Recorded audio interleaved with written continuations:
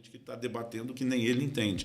Então, uma coisa sempre que eu procuro lembrar as pessoas, Tiago capítulo 3, nós mestres receberemos mais duro juízo.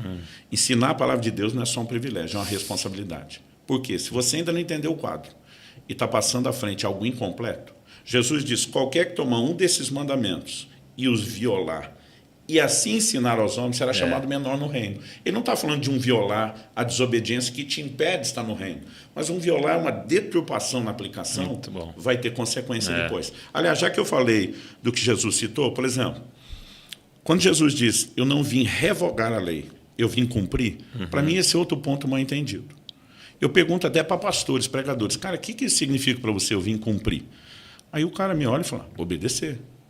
Eu digo, então, se Jesus não veio revogar e veio obedecer, está tudo de pé. Continua tudo. Aí o cara fala, é mesmo? O que significa isso? Em inglês, acho que até é fulfill, né? De preencher, né? É como se tivesse um vaso ali, ele... E a ideia de cumprir não é obedecer, é o cumprimento do caráter profético. Então, Jesus está dizendo, não é mera revogação, não é que Deus olhou e disse, me arrependi, mudei de ideia. É que tudo que a lei profetizou se cumpre em Cristo. Então, ele está dizendo, eu sou o cumprimento. Aquele cordeiro que morria todo ano. Quando João Batista aponta para Jesus, diz, esse é o cordeiro de Deus, ele diz, aquela figura completou, cumpriu. Então, agora, não precisa mais sacrificar os animais. Sim. Então, entender, aí é o que a gente trata no capítulo do caráter profético. Entender isso também é importante. Por quê? Senão, na cabeça das pessoas, tudo que se fazia lá não se faz mais. E não é bem assim. Então, no Velho Testamento tinha oração, no Novo continua tendo oração.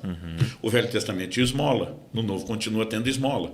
Então, se a pessoa ela simplesmente tentar pegar o pacote, que é o problema de alguns com o dízimo. A dízimo é da lei. Mas espera aí, como o Novo Testamento interpreta isso? O livro de Hebreus diz lá, né, falando a respeito da distinção entre o sacerdócio levítico e o sacerdócio de Cristo, da ordem de Melquisedeque. Eu particularmente gosto muito desse texto. No capítulo 7 de Hebreus, me permita ler isso aqui, a Bíblia diz o seguinte, começa falando no verso 3. Não, vou até cortar isso, se quiser. A gente não corta nada, vai ficar tudo aí.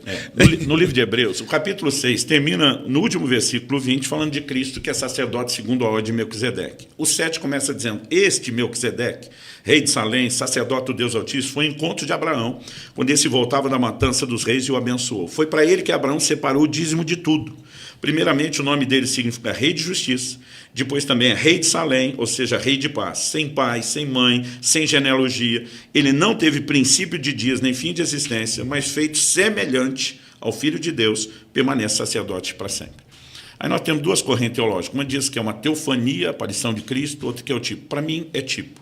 Feito semelhante, o próprio não é semelhante. Para ser semelhante, tem que ser outro.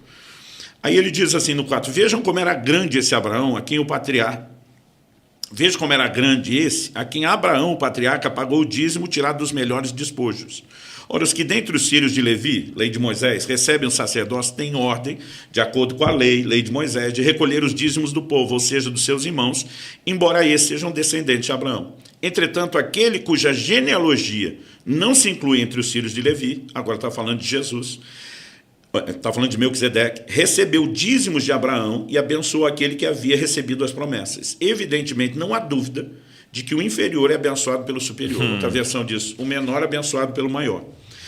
Aí ele diz, aliás, aqui os que recebem dízimos são homens mortais. Aqui ele está falando Levi. Ele diz, porém, ali o dízimo foi recebido por aquele de quem se testifica que vive. Então, Melquisedeque figura Cristo. Ele diz, por assim dizer, também Levi, que recebe dízimos, pagou-os na pessoa de Abraão. Levi nem existia.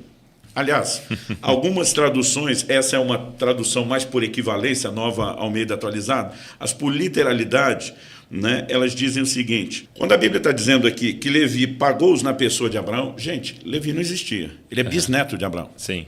Abraão tem Isaac, que vai ter Jacó, que muda Israel, que vai ter Levi. As 12. Ele não existe. Mas a Bíblia está apelando o quê? Para a simbologia. Quando Abraão se curva diante de quem é maior, a Bíblia diz simbolicamente Levi está se curvando. Porque assim, se você pensar na lógica até biológica, Levi estava ali dentro, né? A Bíblia diz que ele estava nos lombos. O verso 10 diz, no corpo de seu pai Abraão. Exato. Então, o que a Bíblia está dizendo? Quando Abraão se curva e entregou os dízimos a Melquisedeque, Levi, que está no seu corpo, nos seus lombos, se curvou e entregou.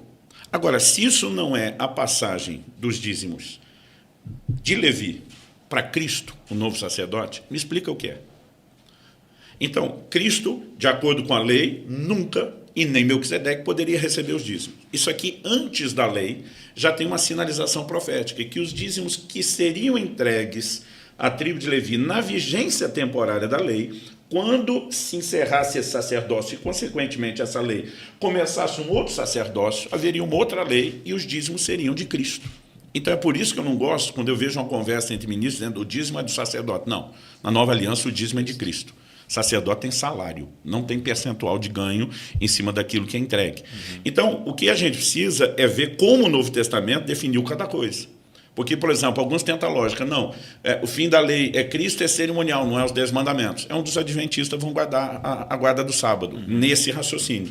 Mas Colossenses 2, 16, 17, diz, ninguém vos julgue por causa de lua nova, dia de festa ou dia de sábado, sombras de bens vindouros. Então, se o Novo Testamento interpretou o sábado como sombra, se Paulo diz lá em Romanos 14 que não tem diferença entre dia e dia, acabou essa literalidade. Agora, se sustenta o dízimo na nova aliança, a questão não é que ele é da lei, porque, na verdade, ele começou antes da lei com Abraão.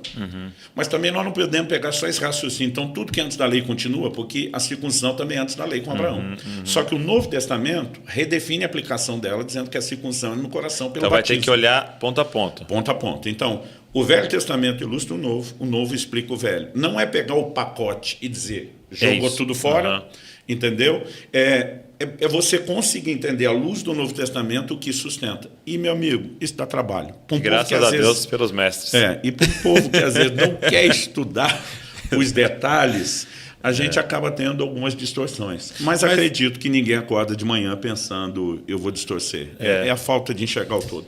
Agora, eu queria que você expandisse um pouco essa ideia da graça que empodera para viver de forma a agradar ao Senhor. Porque assim, eu estou lendo um livro junto com a liderança aqui, chamado Vocação Perigosa. Você já viu? Paul Tripp.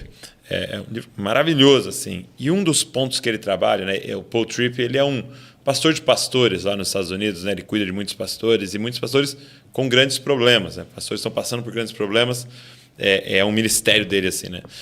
E ele aponta algo assim, a raiz da maioria dos problemas que ele trata é quando o líder começa a achar que para a condição que ele está já não precisa mais da graça. Ele usa muito o evangelho, né?